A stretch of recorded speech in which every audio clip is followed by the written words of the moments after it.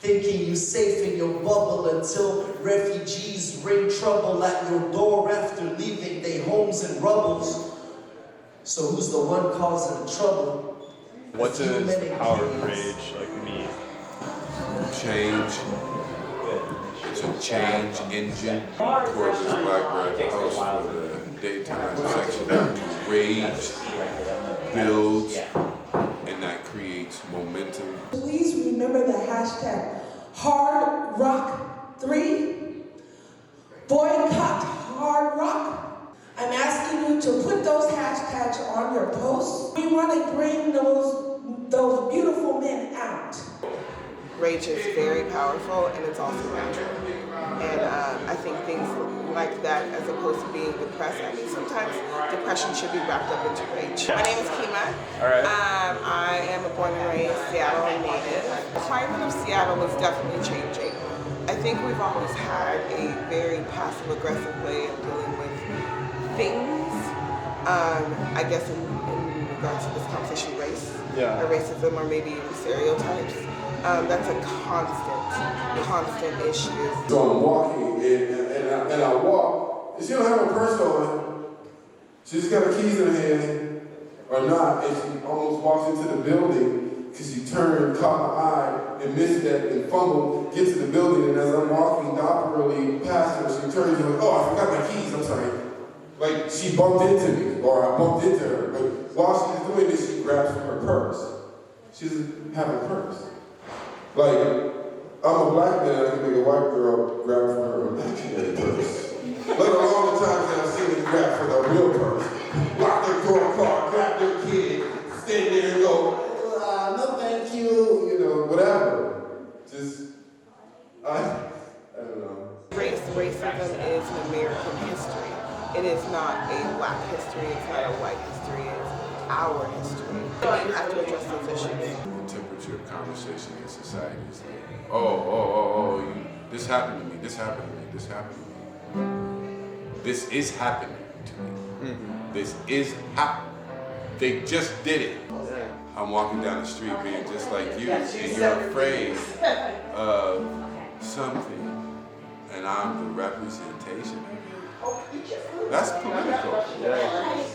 Like, we didn't interact, we just passed as molecules in space, such that hers were formed and slowed down to look like her, and mine was slowed down and formed to look like mine, but her projected this, and I reflected that back. Oh, I gotta get my keys. Oh, no, you're just walking past. Like, that's my experience. So it's like that on a larger scale is a country looking at another country going, what's wrong with y'all? Why are you doing that to our people? We're doing this to our people.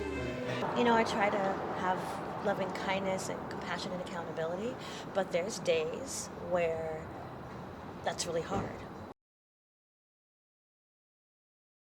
In a public setting, what sort of reactions do you typically run into? Just me personally? Yeah, just you personally. My name is Tim Lennon. I'm here at Power of Rage, supporting my friends and family who were working on this event for a very long time. I'm a very large black man, and so you can imagine I get all kinds of reactions from folks. Everything from people crossing the street and clutching purses and looking at me like, why are you here, sort of thing. I'm ready to count. It's to the point where you just don't even bother them anymore. And it's it's the background noise. I really try not to interact with white people, honestly. That's completely honest. Because I don't have the space for them. But generally, it's just been like either body language has changed, or they try to compare my history or compare what's going on here with other parts of the world when, some things are just relative or absolute. Yeah. We can talk about things that are going on internationally, but like what's going on here. And that's always the uncomfortable conversation. Capitol Hill, I got stopped by the cops 1, 2, 3 times before I made it to the end of the block. Wow. No fault of my own, I had been eating chicken in the studio with Greg, so I had chicken bones in my pocket. And so the cop was rustling and patting me. He says, what is that, a crack pipe? I was like, no, it's chicken bones. And the little white girl walks past us and she goes, thank you. In my class, we talked about in Veracruz, Mexico, the way that they talk about race is different. Right. It's couched in these kind of euphemisms. They don't say, oh, you have to look white to apply for this job. They say you have to look presentable. Right. When organizations say they're looking for the right fit, they hear them most often. Like, oh, they just want the right fit. Especially in majority white organizations, whether or not any person of color is going to be the right fit. So that's a common one.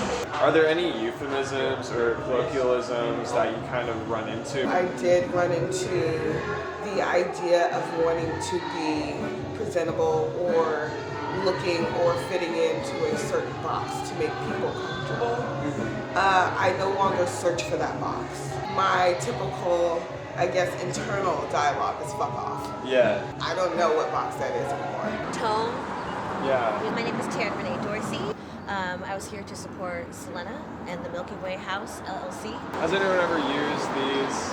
All the things, like all the microaggressions that you can imagine being a black woman. Yes, of course. Like from one person of color to another person of color. Do you ever hear those terms Yeah, of used? course. Really? Okay. Well, of course, yeah, because it's internalized racism. All of the things are telling us that we're not good enough, we're not smart enough, we're not pretty enough. They told me that I should cut all of that flavoring with some water, and that it should be a concentrate. I can't concentrate on anything that won't leave a rotten taste in my mouth after. Long-lasting sweetness bores me, and the savory annoys me. I need salty and bitter and sour. I need to feel it coursing through my veins until I'm a ball of pain, and when I reach my breaking point, I take one more bite to feel more in control. Live under white supremacy, and we're taught that everything that is good and right is right.